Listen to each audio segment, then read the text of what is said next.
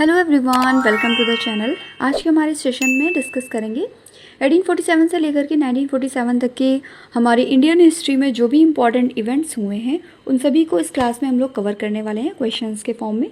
So start करते हैं अपने फर्स्ट क्वेश्चन से। अपकमिंग सभी एग्जाम्स के लिए ये क्लास बहुत ही इंपॉर्टेंट होने वाली है। सो हमारा फर्स्ट क्वेश्चन है, लॉर्ड डलहौजी द्वारा लागू की गई व्यक्तिगत का सिद्धांत जिसे डॉक्ट्रिन ऑफ लैप्स कहते हैं, इसके तहत अधिग्रहित की जाने वाली पहली रियासत कौन सी थी? तो इनमें से हमारा करेक्ट आंसर है सतारा। सतारा जो है ये ऐसी पहली रियासत थी जो लॉर्ड डलहौजी के द्वारा जो व्यक्तिगत का सिद्धांत लागू किया गया था उसके तहत अधिग्रहित की गई थी। डलहौजी ने 1848 में यानी 1848 ईस्वी में व्यक्तिगत का सिद्धांत शुरू किया था। इसके तहत सतारा जो थी वो पहली रियासत बनी जिसको ब्रिटिश साम्राज्य में मिला लिया गया था। और ये नीति क्या थी? व्यक्तिगत का सिद्धांत क्या होता था? इसका मुख्य आधार था कि यदि किसी भी रियासत का कोई भी राजा जिसका कोई भी स्वाभाविक उत्तराधिकारी नहीं है तो वो राज्य ब्रिटिश शासन के अधीन हो जाएगा। और इसी नीति के तहत झांसी को भी मिलाया गया 1853 में, नागपुर को 1854 में इसी नीति के तहत ब्रिटिश साम्राज्य में मिला लिया गया था। अवध को इस नीति के तहत नहीं बल्कि 1856 में कुशासन का आरोप लगा करके मिलाया गया था। ये नीति 1857 के विद्रोह के प्रमुख राजनीतिक कारणों में से एक बनी। 1857 के विद्रोह के दौरान कानपुर में विद्रोह का नेतृत्व किसने किया था और उन्हें सैन्य सहायता किसने प्रदान की? तो नाना साहब जो हैं इन्होंने विद्रोह का नेतृत्व किया और उनको सैन्य सहायता जो है तात्या टोपे ने प्रदान की थी। नाना साहब का वास्तविक नाम था धोंदूपंत और वो अंतिम पेशवा बाजीराव द्वितीय के दत्तक पुत्र थे। तात्या टोपे जिनका नाम था रामचंद्र पांडुरंग, वो नाना साहब के सेनापति थे जिन्होंने छापामार युद्ध में निपुणता दिखाई थी। अंग्रेजों ने नाना साहब की पेंशन बंद कर दी और ये भी विद्रोह का प्रमुख कारण बना था। कानपुर में अगर बात करें कि विद्रोह का दमन किसने किया तो ब्रिटिश सेनापति कॉलिन कैंपबेल का नाम आता है। इन्होंने कानपुर में विद्रोह का दमन किया था और तात्या टोपे को बाद में एक मित्र के विश्वासघात के कारण फांसी दे दी गई थी। इस क्वेश्चन में कुछ सेंटेंसेस दिए गए हैं जो कि वुड्स डिस्पैच के संबंध में है। तो वुड डिस्पैच आया था, एक अंग्रेज़ थे वुड जिन्होंने ये डिस्पैच दिया था। इसमें कुछ बातें कही गई थी। तो वुड डिस्पैच के बारे में ये सेंटेंसेस लिखे गए हैं। इसे भारतीय शिक्षा का मैग्ना कार्टा कहा जाता है। इसे महिला शिक्षा और व्यावसायिक शिक्षा पर इसने जोर दिया। इसने सिफारिश की कि प्राथमिक शिक्षा का माध्यम केवल अंग्रेजी होना चाहिए। सो इनमें से फर्स्ट एंड सेकेंड सेंटेंस जो है ये करेक्ट है। थर्ड सेंटेंस हमारा करेक्ट नहीं है क्योंकि उच्च शिक्षा का माध्यम अंग्रेजी बोला गया था वुड डिस्पैच में, और जो हमारी प्राइमरी एजुकेशन थी यानी प्राथमिक शिक्षा उसको बोला गया था कि देसी भाषाओं में ही ये शिक्षा होनी चाहिए थी। और वुड डिस्पैच की सिफारिश पर ही 1857 में कलकत्ता, बॉम्बे और मद्रास विश्वविद्यालयों की स्थापना की गई। चार्ल्स वुड की अगर बात करें तो ये उस समय बोर्ड ऑफ कंट्रोल के अध्यक्ष हुआ करते थे जिन्होंने 1854 में शिक्षा नीति का खाका तैयार किया जिसे भारतीय शिक्षा का मैग्ना कार्टा बोला जाता है। नील दर्पण नाटक जो कि नील की खेती करने वाले किसानों के शोषण पर बेस्ड है, इसके लेखक कौन थे? तो इसको लिखा था दीनबंधु मित्र ने। ये नाटक 1858 से 59 के बीच में जो नील विद्रोह की पृष्ठभूमि है उस पर बेस्ड था। नील विद्रोह बंगाल की नदिया जिले के गोविंदपुर गांव से स्टार्ट हुआ जिसका नेतृत्व दिगंबर विश्वास और विष्णु विश्वास ने किया था। नील दर्पण का अंग्रेजी अनुवाद सुप्रसिद्ध लेखक माइकल मधुसूदन दत्त इन्होंने किया था। हिंदू पैट्रियट के संपादक हरिश्चंद्र मुखर्जी ने भी नील किसानों के समर्थन में लेख लिखे थे। और इसके बाद 1860 में ब्रिटिश सरकार ने नील आयोग का गठन किया जिसने किसानों की शिकायतों को सही पाया था। नेक्स्ट क्वेश्चन है, स्वामी दयानंद सरस्वती द्वारा आर्य समाज की स्थापना किस वर्ष और कहां पर की गई थी? तो स्वामी दयानंद सरस्वती ने आर्य समाज की स्थापना की थी मुंबई में सन 1875 ईस्वी में। इन्होंने नारा दिया था वेदों की ओर लौटो और वेदों को इन्होंने अपौरुषेय माना। उनकी प्रसिद्ध रचना है सत्यार्थ प्रकाश जो कि प्रकाशित हुई 1874 ईस्वी में। हिंदी भाषा में ये लिखी गई है। आर्य समाज ने मूर्ति पूजा, कर्मकांड और बाल विवाह का भी विरोध किया, साथ में विधवा विवाह का समर्थन किया था।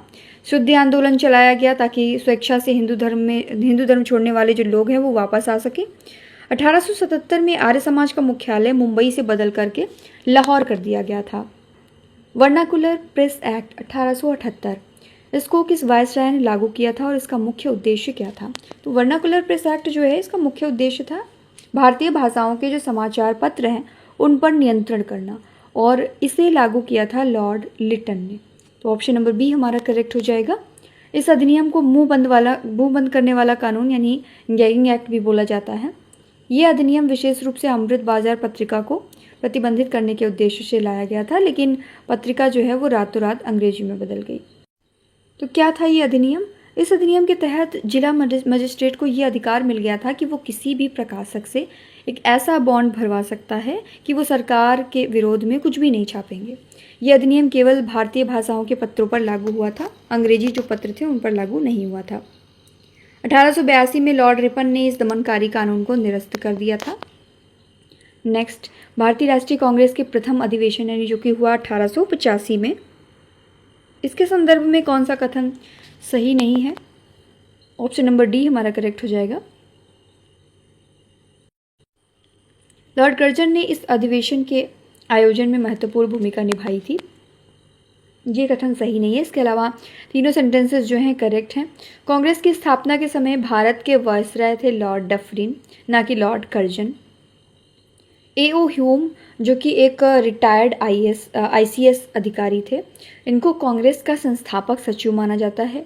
जब भी पूछा जाएगा कांग्रेस की स्थापना किसने की तो A.O. ह्यूम का नाम आता है।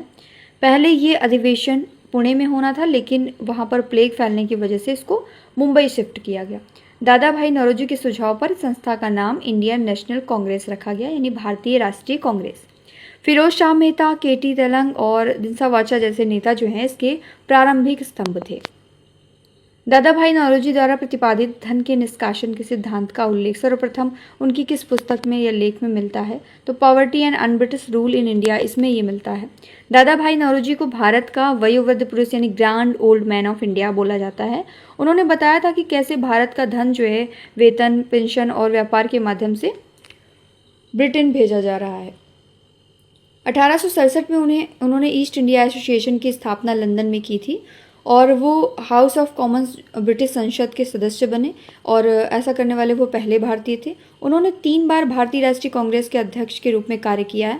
पहला उन्होंने 1886 ईस्वी में भारतीय राष्ट्रीय कांग्रेस के अध्यक्ष के रूप में कार्य किया, दूसरा कार्यकाल उनका 1893 में रहा और तीसरा रहा 1906 ईस्वी में।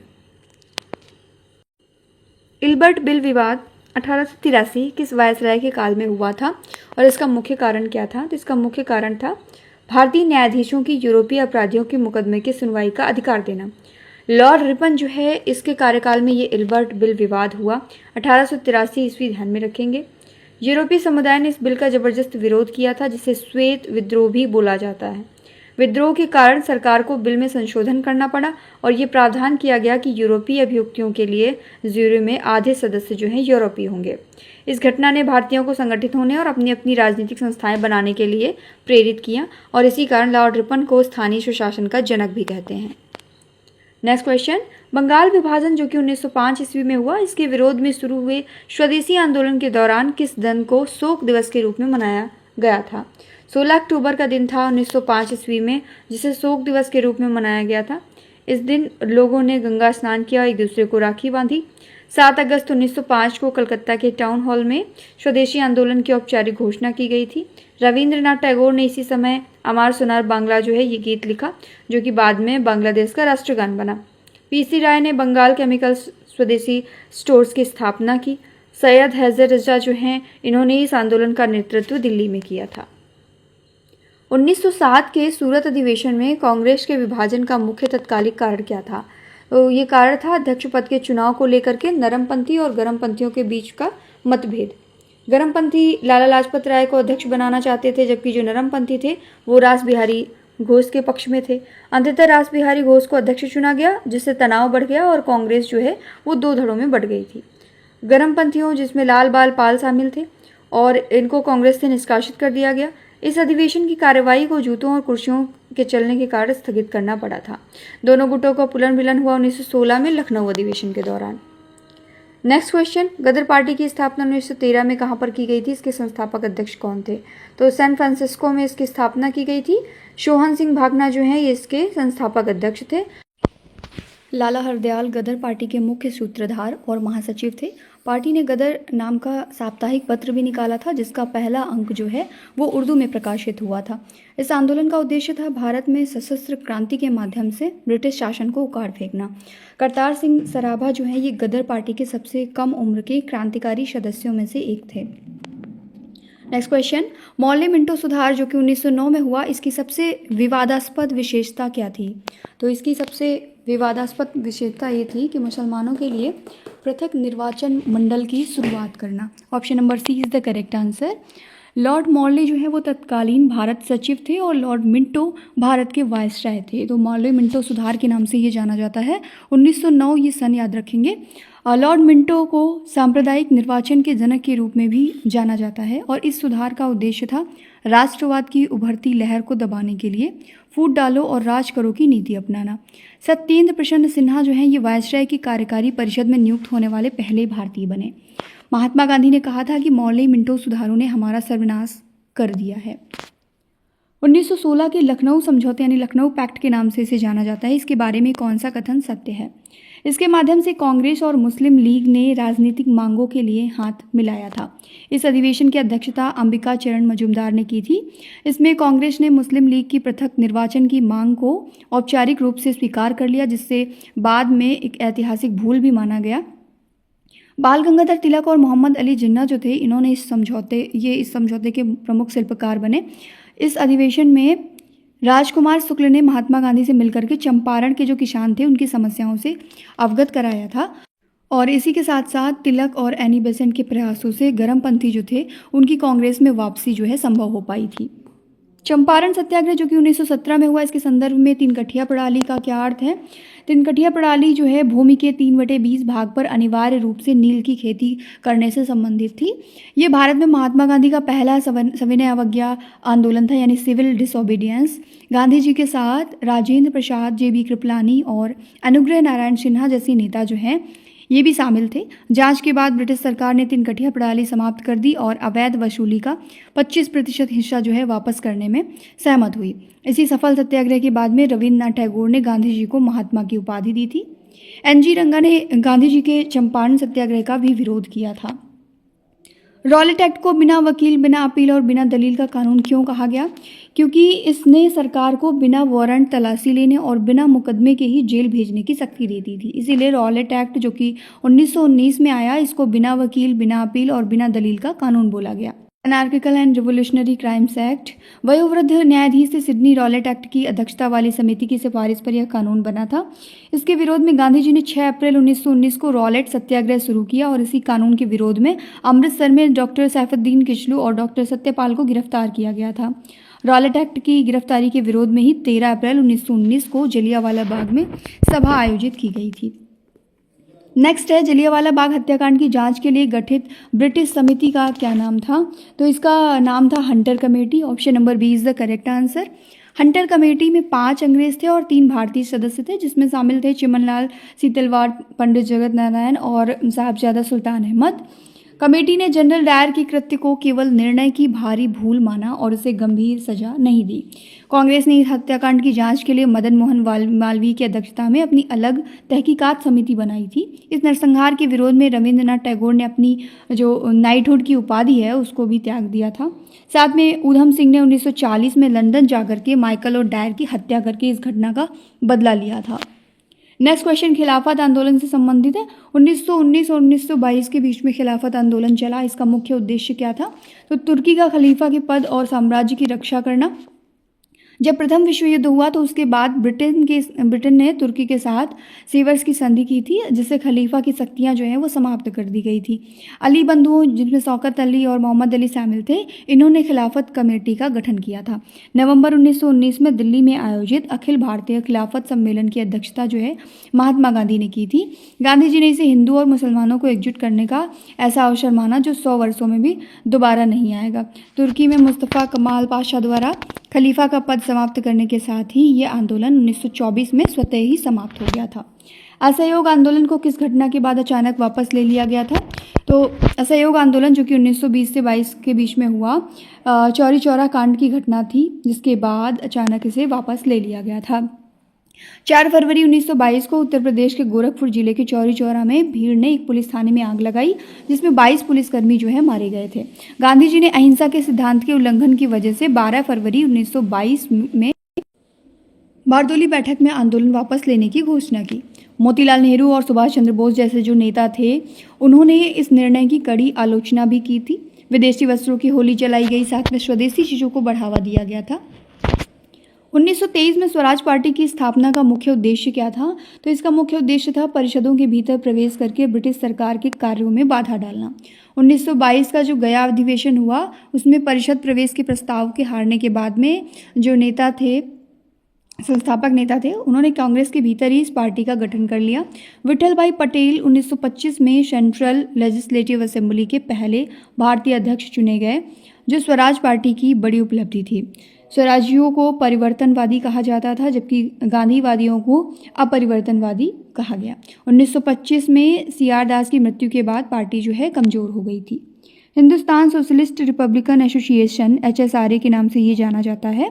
1928 में इसकी स्थापना कहाँ पर हुई थी? तो इसकी स्थापना की गई थी फिरोज शाह कोटला दिल्ली में। चंद्रशेखर आज़ाद के नेतृत्व में इसकी स्थापना हुई थी 1924 में।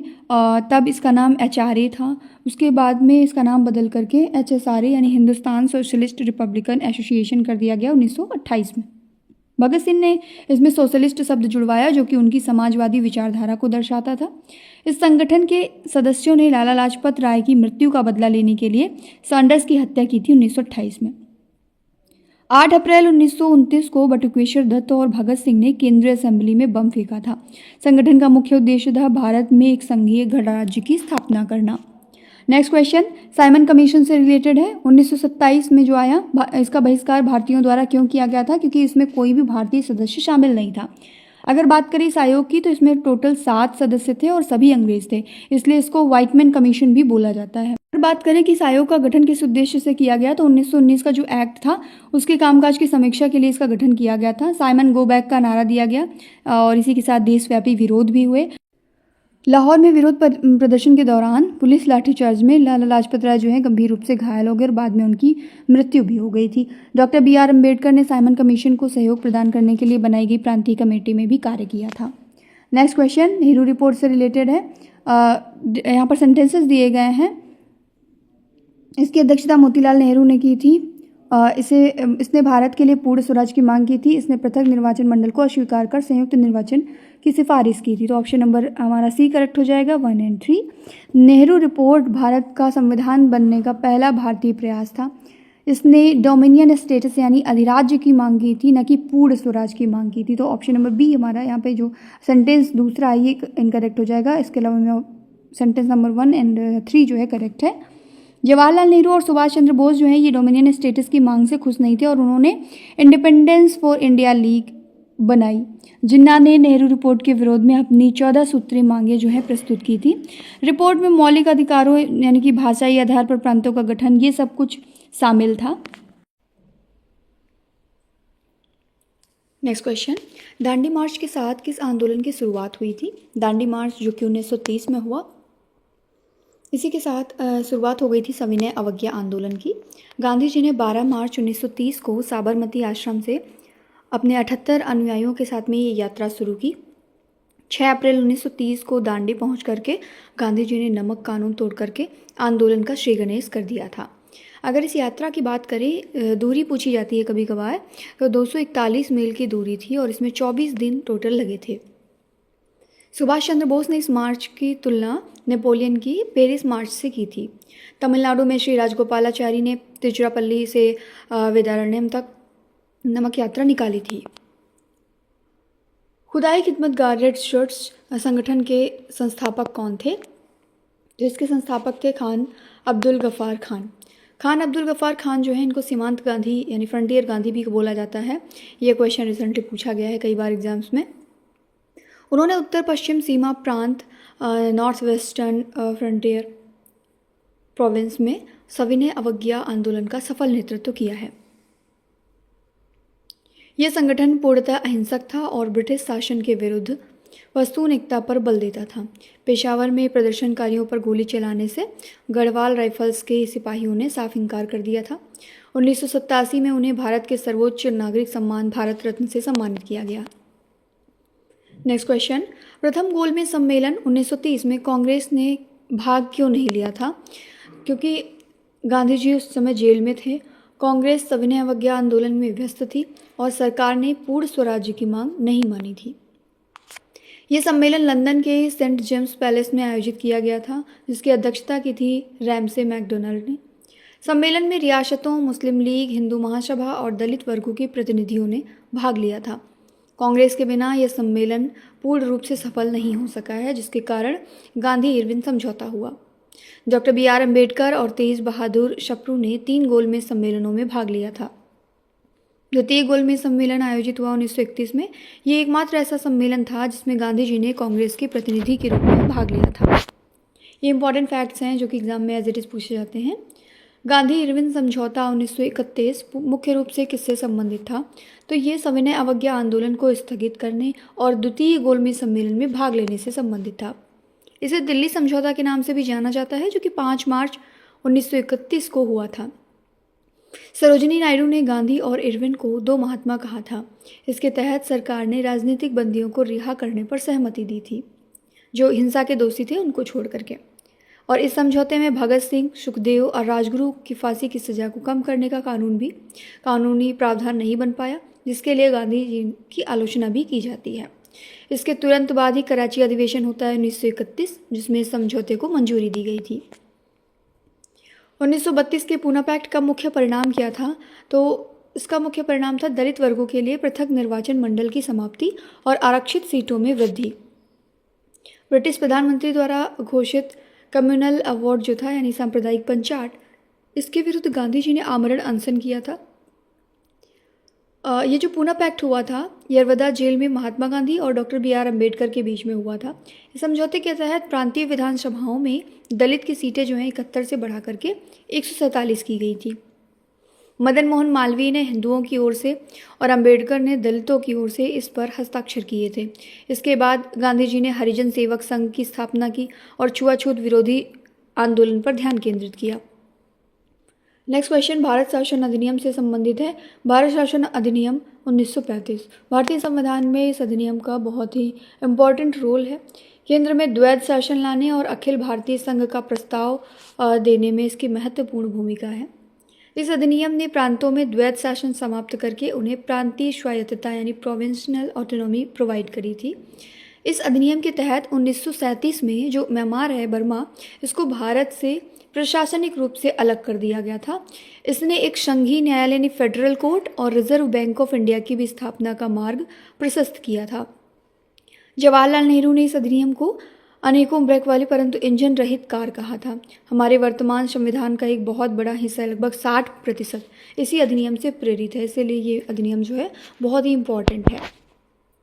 1937 के प्रांतीय चुनावों के बाद कांग्रेस ने कुल कितने प्रांतों में अपनी सरकारें पूर्ण बहुमत और गठबंधन मिलाकर के बनाई थी? तो टोटल 8 प्रांतों में अपनी सरकारें बनाई थी। 11 प्रांतों में चुनाव हुए, जिसमें से कांग्रेस ने 5 में स्पष्ट पूर्ण बहुमत प्राप्त किया और बाद में 3 अन्य में गठबंधन सरकारें बनाई। कांग्रेस सरकारों ने लगभग 28 महीने तक प्रांतों में शासन किया था। 1939 में द्वितीय विश्व युद्ध में भारत को बिना पूछे शामिल करने के विरोध में सभी कांग्रेस मंत्रिमंडलों ने सामूहिक इस्तीफा दे दिया था और इस इस्तीफे की खुशी में मुस्लिम लीग ने 22 दिसंबर 1939 को मुक्ति दिवस यानी डिलीवरेंस डे मनाया। डॉक्टर बी आर अम्बेडकर ने भी मुक्ति दिवस मनाने में मुस्लिम लीग का वैचारिक साथ दिया था। 1939 में कांग्रेस अध्यक्ष पद से इस्तीफा देने के बाद सुभाष चंद्र बोस ने किस संस्था की स्थापना की? तो इन्होंने फॉरवर्ड ब्लॉक की स्थापना की थी। 1938 में हरिपुरा अधिवेशन और 1939 में त्रिपुरी में कांग्रेस की अध्यक्षता की थी सुभाष चंद्र बोस जी ने। त्रिपुरी संकट के दौरान उन्होंने गांधी जी के पसंदीदा उम्मीदवार पट्टाभी सीतारमैया को चुनाव में हराया था। गांधी जी के साथ वैचारिक मतभेदों के कारण उन्होंने इस्तीफा दिया और डॉक्टर राजेंद्र प्रसाद को नया अध्यक्ष बनाया गया। फॉरवर्ड ब्लॉक की स्थापना 3 मई 1939 को कांग्रेस के भीतर ही एक प्रगतिशील गुट के रूप में की गई थी। इसका मुख्य उद्देश्य था कांग्रेस के भीतर सभी वामपंथी और राष्ट्रवादी तत्वों को एकजुट करना। अगस्त प्रस्ताव जो कि हुआ 1940 में, किसके द्वारा प्रस्तुत किया गया था और इसका मुख्य आकर्षण क्या था? तो लॉर्ड लिनलिथगो जो थे, इन्होंने पहली बार भारतीय संविधान सभा के गठन को स्वीकार किया था। यही इसका मुख्य आकर्षण था। द्वितीय विश्व युद्ध जब हुआ तो भारतीयों का सक्रिय सहयोग प्राप्त करने के लिए उस समय वायसराय हुआ करते थे लिनलिथगो, उन्होंने ये प्रस्ताव रखा था। इसमें पहली बार स्पष्ट रूप से ये स्वीकार किया गया कि भारत का संविधान बनाना मुख्यतः स्वयं भारतीयों का ही अधिकार है। कांग्रेस ने इसे खारिज कर दिया क्योंकि इसमें डोमिनियन स्टेटस की बात थी, जबकि कांग्रेस अब केवल पूर्ण स्वराज चाहती थी। मुस्लिम लीग ने भी इसे अस्वीकार कर दिया था क्योंकि इसमें स्पष्ट तौर पर पाकिस्तान की मांग का उल्लेख नहीं था और मुस्लिम लीग की मेन मांग यही थी कि पाकिस्तान का निर्माण किया जाए। इस प्रस्ताव के जवाब में ही गांधी जी ने व्यक्तिगत सत्याग्रह शुरू करने का फैसला लिया था। 1940 के व्यक्तिगत सत्याग्रह के प्रथम और द्वितीय सत्याग्रही के रूप में किन्हें चुना गया था?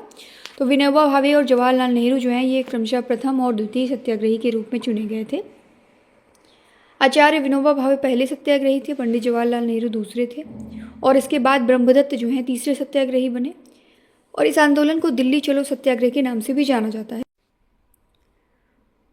इसका मुख्य उद्देश्य युद्ध में भारतीयों की जो जबरन भागीदारी है इसके विरुद्ध अभिव्यक्ति की स्वतंत्रता का शांतिपूर्ण दावा करना था।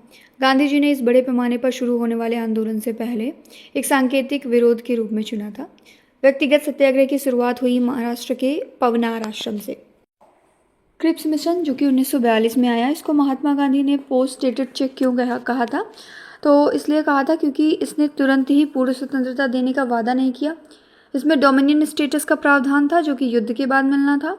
इसने रियासतों को भारतीय संघ से अलग रहने का विकल्प दिया था। सर स्टेफोर्ड क्रिप्स जो हैं, ये ब्रिटिश युद्धकालीन मंत्रिमंडल के वरिष्ठ सदस्य थे जिन्हें राजनीतिक गतिरोध दूर करने के लिए भेजा गया था। मुस्लिम लीग ने भी इसको ठुकरा दिया क्योंकि इसमें स्पष्ट रूप से देश के विभाजन की बात स्वीकार नहीं की गई थी।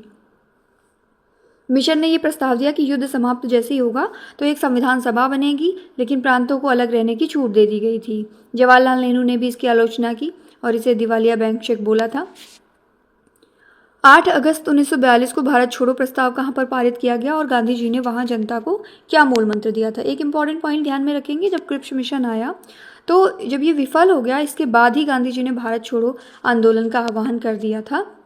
तो नेक्स्ट क्वेश्चन हमारा है कि ये आंदोलन कहाँ पर पारित किया गया और गांधी जी ने वहाँ जनता को क्या मूल मंत्र दिया था? तो ये मुंबई में पारित किया गया। उस समय मुंबई को बम्बई के बोलते थे। ग्वालियर टैंक मैदान में करो या मरो का नारा दिया गया था गांधी जी के द्वारा। इस आंदोलन को भारतीय स्वतंत्रता संग्राम की अगस्त क्रांति के नाम से भी जाना जाता है।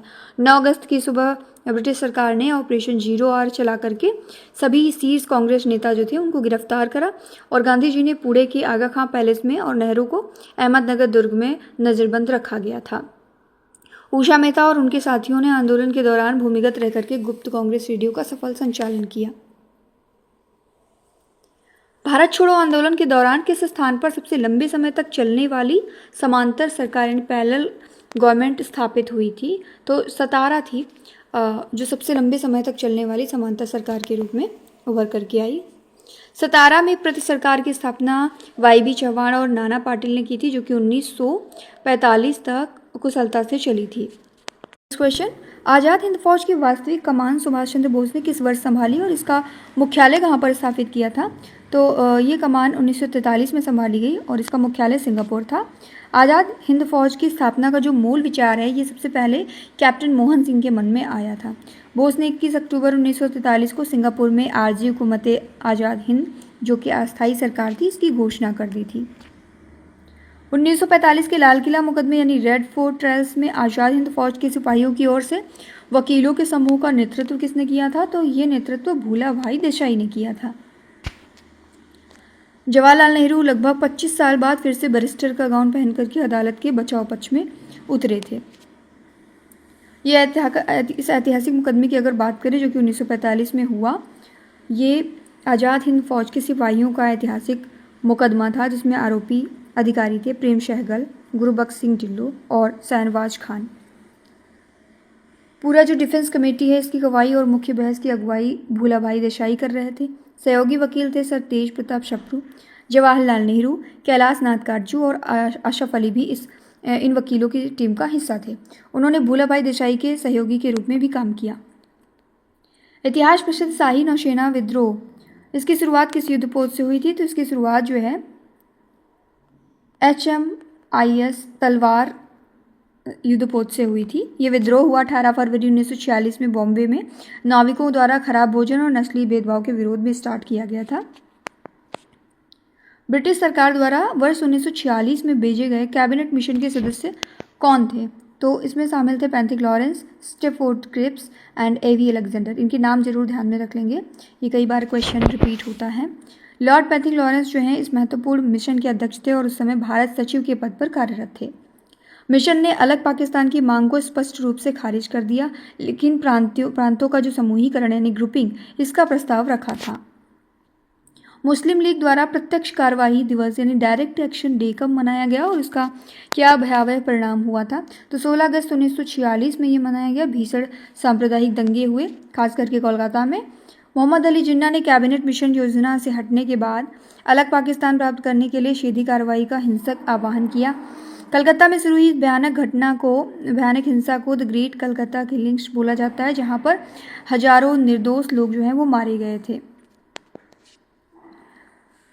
2 सितंबर 1946 को गठित भारत की अंतरिम सरकार यानी इंटरिम गवर्नमेंट में कार्यकारी परिषद के उपाध्यक्ष का पद किसे दिया गया था? तो ये पद दिया गया था जवाहरलाल नेहरू को। तत्कालीन वायसराय इस कार्यकारी परिषद का पदेन अध्यक्ष था, जबकि नेहरू को उपाध्यक्ष और विदेश मामलों का प्रभार दिया गया था। प्रारंभ में मुस्लिम लीग इसमें शामिल नहीं हुई, लेकिन बाद में अक्टूबर 1946 में वो सरकार के भीतर गतिरोध पैदा करने के उद्देश्य से शामिल हुई थी। नेक्स्ट क्वेश्चन, ब्रिटिश प्रधानमंत्री क्लेमेंट एटली ने ऐतिहासिक एटली घोषणा में भारत को सत्ता हस्तांतरित करने की अंतिम तिथि क्या घोषित की थी? तो इन्होंने 3 जून 1947 की घोषणा की थी। अगस्त 1948 तक सत्ता का पूरी तरीके से हस्तांतरण कर दिया जाए। माउंटबेटन योजना जो कि 3 जून 1947 कही जाती है, इसका मुख्य राजनीतिक आधार क्या था? तो भारत का विभाजन और 2 पृथक डोमिनियन राष्ट्रों का निर्माण, भारत और पाकिस्तान। लॉर्ड माउंटबेटन ने भारत आकर के महसूस किया कि बढ़ते सांप्रदायिक दंगों के कारण अब देश का विभाजन अपरिहार्य हो चुका है। इस योजना में पंजाब और बंगाल की प्रांतीय जो विधानसभाएं थी, उनके विभाजन के पक्ष या विपक्ष में मतदान करने का अधिकार दिया गया। साथ में सिंध प्रांत की जो विधानसभा है, इसको स्वयं यह तय करना था कि वो किस डोमिनियन का हिस्सा बनना चाहती है। भारतीय स्वतंत्रता अधिनियम 1947 को ब्रिटिश संसद द्वारा किस तिथि को शाही स्वीकृति यानी रॉयल एसेंट प्रदान की गई थी? तो ये एसेंट मिला था 18 जुलाई 1947 को। ये अधिनियम मूल रूप से माउंटबेटन योजना को कानूनी और संवैधानिक रूप देने के लिए पारित किया गया था।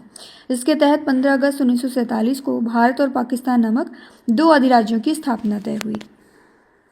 विभाजन के समय भारत और पाकिस्तान के बीच भौगोलिक सीमाओं के निर्धारण के लिए गठित आयोग के अध्यक्ष कौन थे? तो इसके अध्यक्ष थे सिरिल रेडक्लिफ। देश के बंटवारे के लिए 2 अलग अलग सीमा आयोग गठित किए गए थे, एक बंगाल के लिए और दूसरा पंजाब के लिए। सिरिल रेडक्लिफ जो हैं ये ब्रिटिश कानूनी विशेषज्ञ थे, जिन्हें भारतीय भूगोल और जनसांख्यिकी की कोई भी पूर्व जानकारी नहीं थी। उन्होंने मात्र 5 सप्ताह के भीतर केवल मानचित्रों और प्रशासनिक रिपोर्टों के आधार पर सीमाओं की लकीरें खींच दी, और इस त्वरित विभाजन की वजह से इतिहास का सबसे बड़ा और दर्दनाक विस्थापन, साथ में रक्तपात देखने को मिला था। आज भी भारत और पाकिस्तान के बीच की जो अंतर्राष्ट्रीय सीमाएं हैं, इसको रेडक्लिफ रेखा के नाम से जाना जाता था, क्योंकि ये बंटवारा सिरिल रेडक्लिफ के द्वारा किया गया था। आज का हमारा लास्ट क्वेश्चन है। इसके बाद एक क्वेश्चन दिया जाएगा जिसका आंसर आपको कमेंट सेक्शन में देना है। स्वतंत्र भारत के प्रथम भारतीय गवर्नर जनरल बनने का गौरव किसे प्राप्त हुआ था? तो सी राजगोपालाचारी जो हैं, इनको स्वतंत्र भारत के पहले भारतीय गवर्नर जनरल के रूप में गौरव मिला था। चक्रवर्ती राजगोपालाचारी जो है, जिन्हें राजा जी के नाम से भी जानते हैं, जून 1948 से जनवरी 1950 तक इस पद पर रहे और वो एकमात्र भारतीय गवर्नर जनरल थे। 26 जनवरी 1950 को भारत के पूर्ण गणतंत्र बनने के साथ ही गवर्नर जनरल का ये जो ऐतिहासिक पद है, ये हमेशा के लिए समाप्त कर दिया गया था। दूसरी तरफ मोहम्मद अली जिन्ना आज़ादी के बाद जो नया पाकिस्तान बना था, उसके पहले गवर्नर जनरल बने थे। सी राजगोपालाचारी को वर्ष 1954 में देश के पहले सर्वोच्च नागरिक सम्मान भारत रत्न से नवाजा गया था। इस क्वेश्चन का आंसर आपको कमेंट सेक्शन में देना है। सामाजिक धार्मिक सुधारों के अंतर्गत वर्ष 1873 में सत्यशोधक समाज की स्थापना किसके द्वारा की गई थी? ऑप्शंस दिए गए हैं, Jyotirao Phule, doctor B are Ambedkar, राजा राम मोहन राय और नारायण गुरु। इसका आंसर आपको कमेंट सेक्शन में देना है। वीडियो कैसी लगी कमेंट में जरूर बताएं, अपने दोस्तों के साथ में शेयर करें और अगर चैनल पर नए हैं तो सब्सक्राइब करके बेल आइकन को प्रेस कर लें ताकि इस तरीके की जितनी भी क्लासेस अपलोड की जाती हैं उनकी नोटिफिकेशंस सबसे पहले आपको मिल सके। Thank you.